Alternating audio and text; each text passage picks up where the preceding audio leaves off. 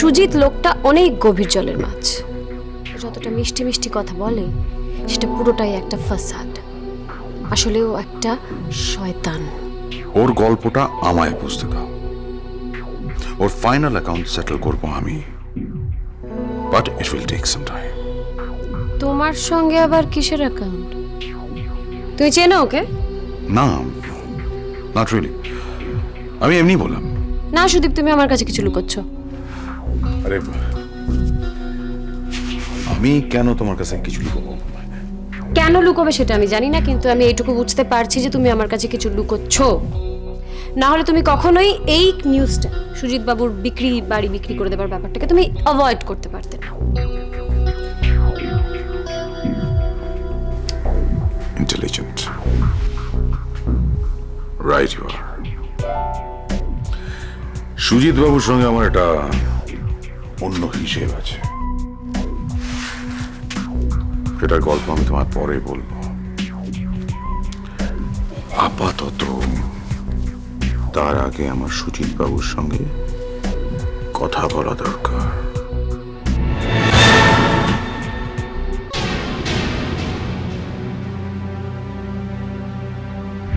নেশা নিয়ে তুমি বল দিও না, কি ভদ্রলোক আমার জানা আছে। নেশা করে এসে আমার মাকে কেলাতে ভুলে গেছো সেদিনগুলো। ভদ্রলোক, সারা ভদ্রলোক দেখা, এরকম ভদ্রলোক বহুত দেখা আছে আমার। টাকাটা দাও, নাহলে ওরা আমাকে মেরে ফেলবে। এবার যদি আমি টাকা না শোধ করতে পারি, জাস্ট খুন করে দেবে আমাকে। খুন করবে? করো খুন, খুন করুক, মারলে মরবে। নেশা করার আগে আমাকে জিজ্ঞাসা করেছিল? মরবে, মরবে, তুমি মরবে। তোমার মতো জানোয়ার ছেলের বেঁচে থাকার কোনো মানে নেই, তুমি মরে যাও।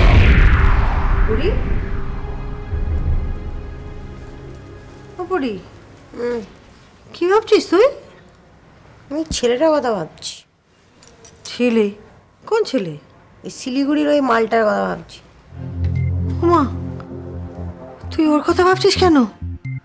ও তো খুব খারাপ ছেলে, তোকে কিছু বলেছে নাকি? আবার আমায় কি বল? তবে খবরদার পড়ি, তুই ওদের কথা একদম ভাববি না।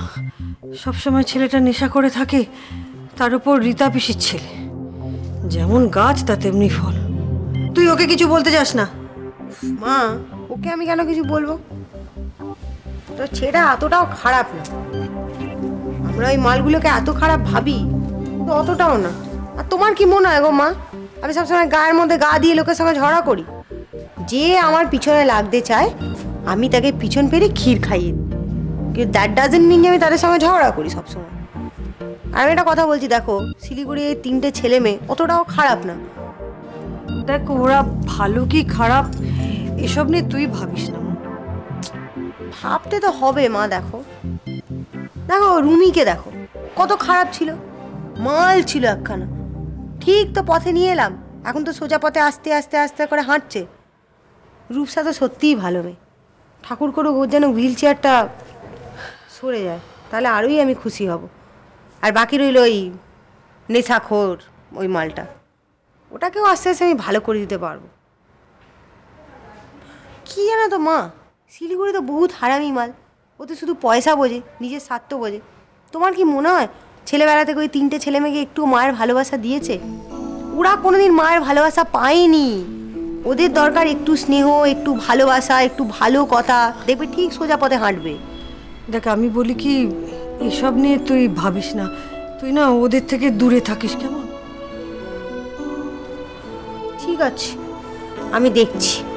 তুমি দেখো মা, আমি ওই 3টে বাঁদর বাচ্চাকে একদিন না একদিন সোজা রাস্তায় হাঁটাবই হাঁটাবো। কি করি আমি এখন? কোথা থেকে টাকা পাই? টাকা না পেলে তো সালার আমাকে শেষ করে ফেলবে।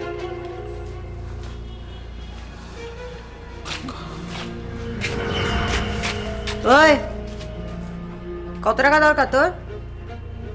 তোর নেশা করার জন্য না, যে মাকড়াগুলোর কাছ থেকে টাকা ধার করেছিস ওগুলোকে ফেরত দেওয়ার জন্য। আমাকে তুমি টাকা দেবে? না দিয়ে উপায় কি? যাদের কাছ থেকে তুই টাকা ধার করেছিস তারা বহুত ডেঞ্জার মাল আছে। ক্রিমিনাল, ক্রিমিনাল, 1 নম্বরে ক্রিমিনাল। যদি টাকা ফেরত না দিস তোকে জানে মেরে দেবে।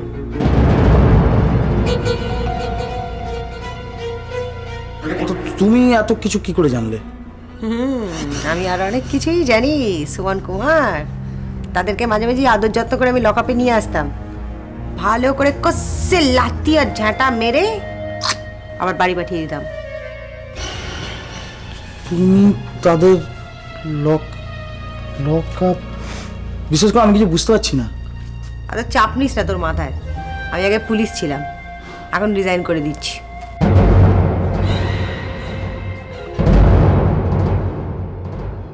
সুমন, তুই বাঁচতে চাস নেশার হাত থেকে, ওই নোংরা লোকগুলোর হাত থেকে? চাই, আমি বাঁচতে চাই, কিন্তু ভয় নেই, আমি তোকে কোনো বিপদে ফেলবো না। আচ্ছা, তুমি আমাকে বাঁচাবে কেন? তুমি তো আমাকে দেখতে পারো না, তুমি তো আমাকে ঘেন্না করো। করতাম, কিন্তু এখন আমি তোকে বাঁচাতে চাই। কেননা দেখ, আজকে তোর যদি কিছু হয়ে যায়, তোর বাবা মা বহুত স্বার্থপর মাল, ওদের দুজনের কিছু এসে যাবে না। তোদের কিছু হলে আমাদের খারাপ লাগবে। তুই, রুমি, রূপসা, তোরা আমাদের কেউ হোস কি না হোস, তবু আমাদের বাড়িতে এসছিস, আমাদের খারাপ লাগবে যদি তোদের কোনো ক্ষতি হয়। বিশ্বাস করো পড়ি, আমরা ছোটবেলায় এরকম ছিলাম না। আমরাও আর 5টা বাচ্চার মতো খেলতাম, হাসতাম, ঘুরতাম, ঝগড়াঝাটি করতাম,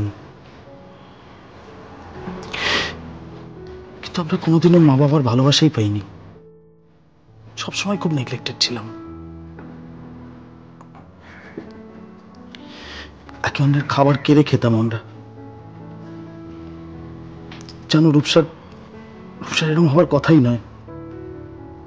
বাবা ঠিক করে রূপসার ট্রিটমেন্টই করায়নি। সবসময় বাড়িতে দেখতাম যত বাজে বাজে লোকরা আসতো, কেউ তাকায়নি আমাদের দিকে। তখন রূপসা পঙ্গু হয়ে গেল, আর আমরা দুজন নেশাখোর।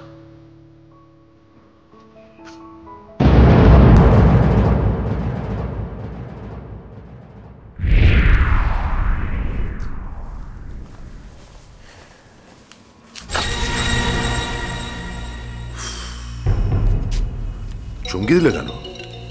হাতে বন্দুক ফাট করে যদি চলে যেত তখন কি করতে?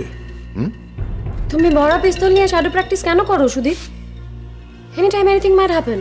চেম্বারটা খুলে রেখে টার্গেট প্র্যাকটিস তো করতে পারো। অবশ্য তুমি যাকে টার্গেট করে প্র্যাকটিসটা করবে সেটা বোধহয় তোমার আর কোনো কাজে লাগবে না।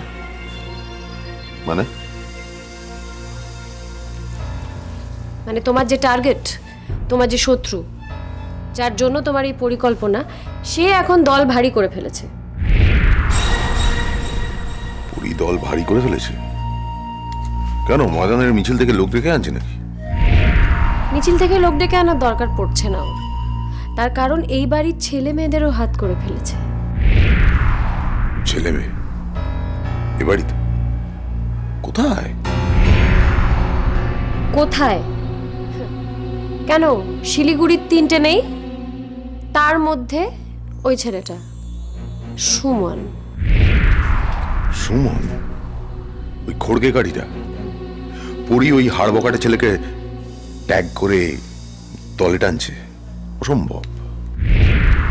অসম্ভবটাকে পরি সম্ভব করে ফেলেছে অলরেডি।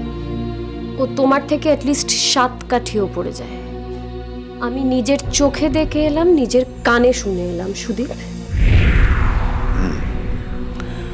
তুমি বলতে চাইছো পুরি বুদ্ধি করে সুমনকে নিজের দলে টেনে আমাদের দিকে লেলিয়ে দিতে চাইছে, তাই তো?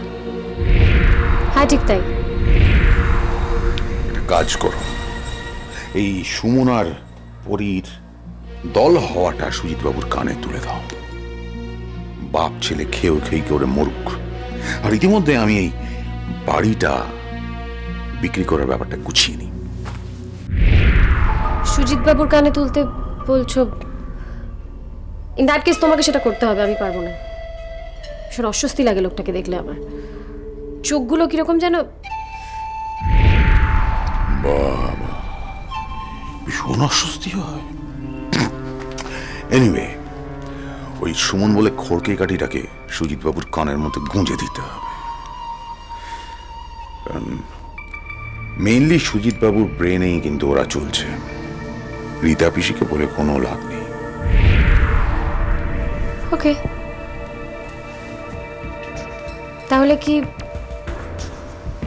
পরীক্ষা কিছু বলবো? ওরই আগুন লাগাতে চাইছে, লাগাক না, আমাদেরই তো ভালো। শিলিগুড়ি পার্টি নিজেদের মধ্যে ড্রিবলিং করুক, মরুক, তখন এই পুরো প্রপার্টি সবকিছু তোমার আর আমার, শুধু আমাদের দুজনের, রাইট?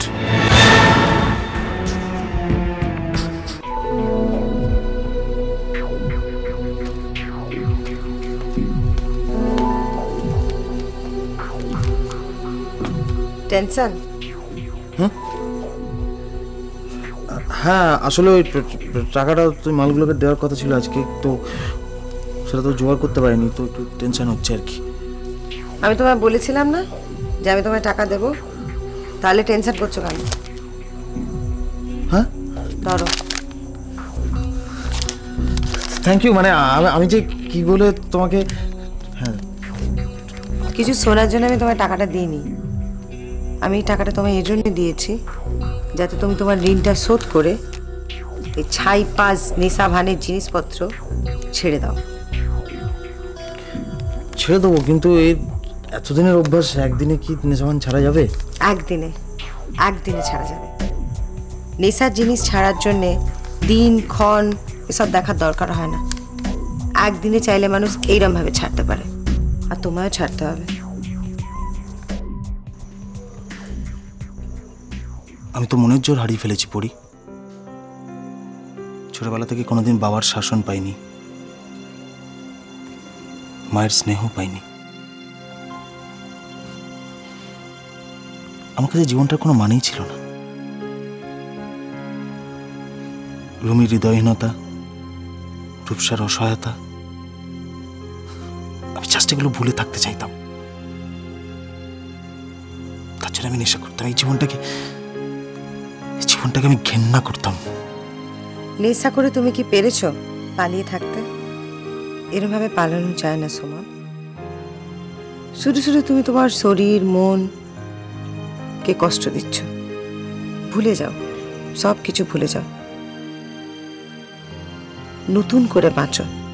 আমাকে দেখো, রোজ লড়াই করি, সকলের সঙ্গে লড়াই করি নিজের পরিবারকে বাঁচানোর জন্যে। আমিও তো পারতাম তোমার মতন পালিয়ে যেতে। আমি পারবো পড়ি, আমি পারবো, যদি তুমি আমার পাশে থাকো।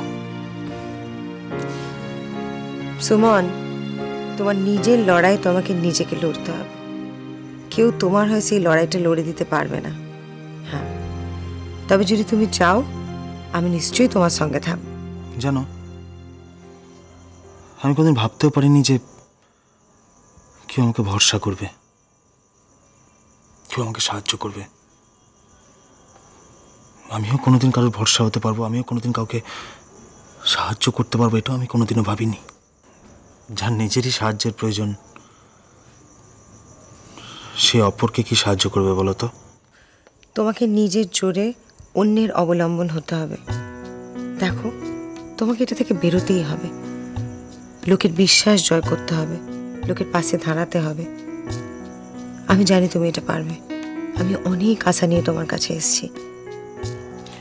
তোমার কথা শুনে একটা জোর পাচ্ছি, জানো, নিজের প্রতি নিজের একটা বিশ্বাস জাগছে। আমার মনে হচ্ছে আমি যেন পারবো। হ্যাঁ পড়ি, আমি জানি তুমি পারবে। তোমাকে নিজের জোরে এটা থেকে বেরোতেই হবে। আমার খুব বিশ্বাস আছে তোমার উপরে, আর আমি এটা মনে প্রাণে বিশ্বাস করি যে তুমি আমার বিশ্বাসকে ভাঙবে না।